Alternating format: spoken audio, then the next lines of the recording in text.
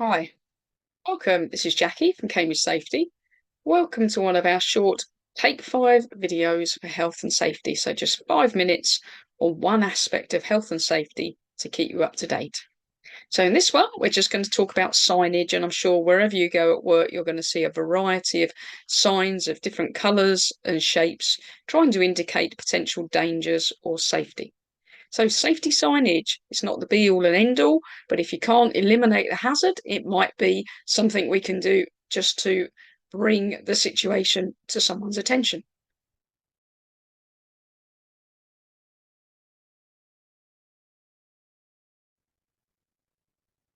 Okay, the results of poor signage then. So poor signage can actually lead to real accidents. A real case, a chemical tanker driver was nearly blinded after being sprayed with caustic soda, which is highly alkaline. The company failed to clearly mark the taps and air taps. So you had some taps that had a liquid in, some taps that had compressed air.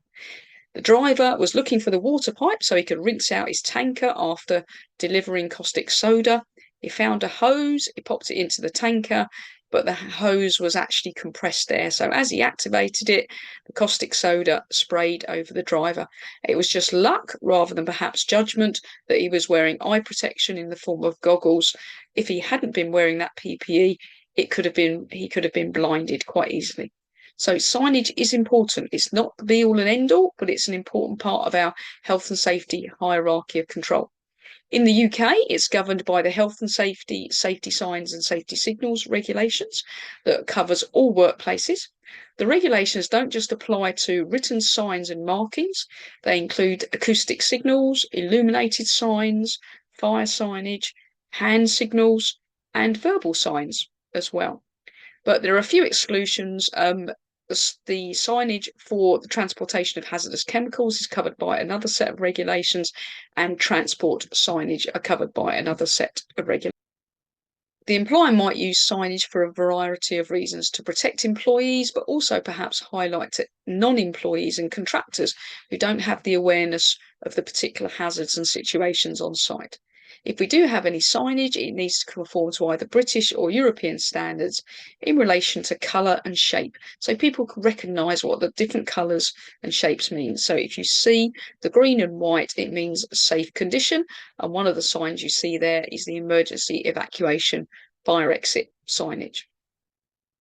It's a common sense approach. We need to make sure that if we have an unavoidable risk, we might need to put some signage. If you unblock a photocopier and you open the side panels, you'll see a little sign normally indicating live electricity and hot surfaces. You can't avoid that inside the photocopier. The signage that we decide to issue and put up needs to be based on the results of risk assessment. We don't want to be just putting signage up when it isn't actually serving a purpose. If you put too many signs up, people just go blind and they don't even notice them. Any signage that you have needs to be clear and unambiguous for everybody and clearly identifiable, not hidden behind a cupboard. Maintained, easily visible, clean. And employees and visitors need to be trained, informed, instructed, whatever you wish to call it. They need to know that this sign means this symbol means this sign means don't do that. We've got a few common types of signage that you'll see in the UK. The blue and white are mandatory, which means must. The red, white, and black are prohibition, i.e., do not.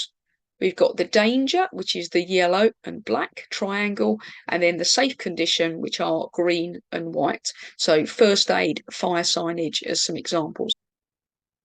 You may also see some fire specific signage, which is normally red and white. It's usually rectangular or square, but you'll have the pictogram and identifying some part of your fire mitigation situation. So it could be your fire alarm, it could be a manual call point, it could be your fire extinguishers.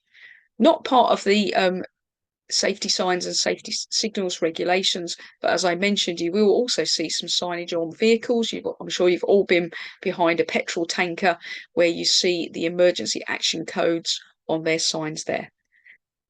If we've got a hazard or risk that we can't avoid, then using a sign is just there to remind employees and others that the hazard or risk exists and they may need to do or not do something to protect themselves and others. Thank you very much. This is Jackie from Cambridge Safety. For more information on our in-house courses and NEBOSH coursing provision, visit our website www.cambridgesafety.co.uk. Thanks for watching.